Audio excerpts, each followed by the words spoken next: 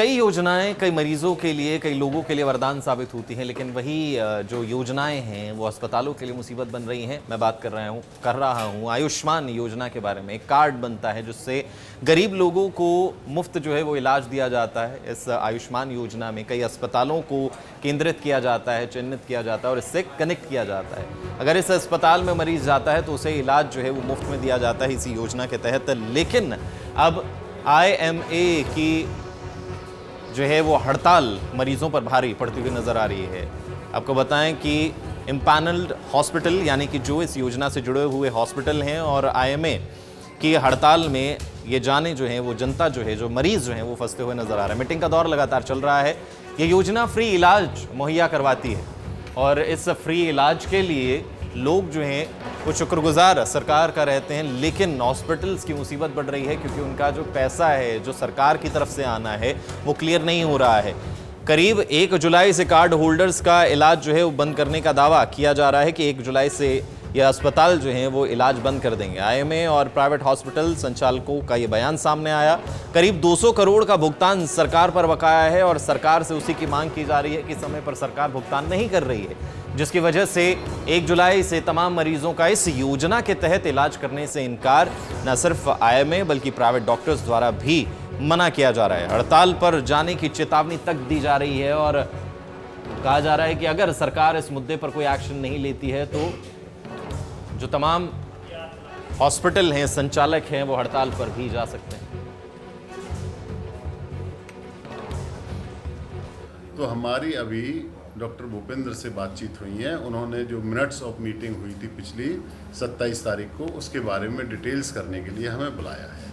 तो हमारी कुछ मांगे हैं, जैसे आयुष्मान इम्पैनल जितने भी हॉस्पिटल्स हैं उनके क्लेम अप्रूव होने के बाद काफ़ी डिडक्शन हो जाती है। जो पैसा बनता है वो भी टाइम से नहीं मिलता है, उसमें भी पेंडेंसी काफ़ी ज़्यादा है।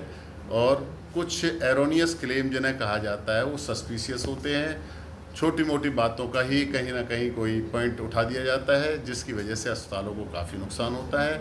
और सभी अस्पताल इतनी पेंडेंसी के कारण आयुष्मान स्कीम को आगे चलाने में अपने आप को सक्षम नहीं मान रहे हैं।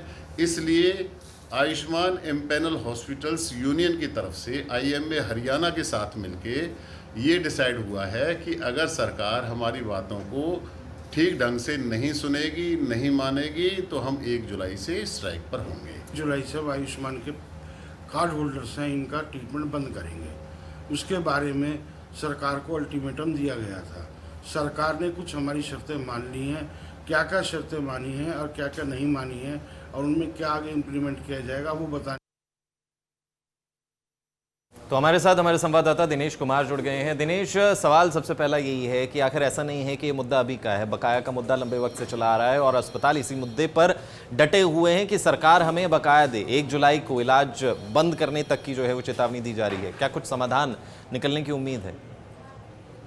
मैं आपको बता दूं कि जो है आज IMA और प्राइवेट हॉस्पिटल के जो है संचालक है उन्होंने मीटिंग की है। उनका कहना है कि जो 200 करोड़ रुपए उनका भुगतान बकाया है उसको पहले दिया जाए, क्योंकि आयुष्मान योजना के तहत जो 5 लाख तक का फ्री इलाज प्राइवेट अस्पतालों में और सरकारी अस्पतालों में जो किया जाता है, तो उसमें जो इम्पैनल्ड हॉस्पिटल हैं वो कहीं न कहीं हाथ खड़े करते नजर आ रहे हैं। उनका कहना है इससे पहले भी इस मसले को लेकर सरकार से बात हुई थी और इनको आश्वासन मिला, लेकिन अभी भी उनकी जो मांगे हैं वो पूरी नहीं हुई है। तो उन्होंने कहीं न कहीं एक बार फिर चेतावनी दी है कि 1 जुलाई से वो हड़ताल कर सकते हैं, यानी कि जो है आयुष्मान के तहत। तो क्या दिनेश, आज की बैठक में प्रशासन का कोई उम्मीदवार या कहें कि प्रशासन की तरफ से कोई अधिकारी मौजूद था? देखिए, यहाँ के जो नोडल अधिकारी हैं वो उनके साथ भूपेंद्र सिंह है, पलवल के नोडल अधिकारी, उनके साथ मीटिंग हुई थी। जो आयुष्मान के नोडल इंचार्ज हैं, तो कहीं मीटिंग में अभी तक भी जो है कोई अहम जो है फैसला नहीं हो पाया है। कहीं कहीं एक बार फिर जो आयुष्मान योजना है कहीं कहीं हड़ताल की पेशकश रखती है। इसमें मरीजों को काफी परेशानियां होगी, क्योंकि जो मरीज गरीब हैं जो इलाज फ्री होता था तो उनको दिक्कतें होती। जी, शुक्रिया दिनेश तमाम जानकारी के लिए। तो अभी पुख्ता जो है वो कोई समाधान नहीं निकल पाया है। 1 जुलाई से IMA और प्राइवेट हॉस्पिटल्स ने जो है वो इस योजना के तहत इलाज करने से इनकार कर दिया है और अब देखना ये होगा कि क्या सरकार 1 जुलाई से पहले कोई समाधान निकाल पाती है, क्योंकि आज का दिन भी गया और कल 1 जुलाई, कल से इलाज जो है बंद होगा। खामियाजा मरीजों को ही भुगतना पड़ेगा।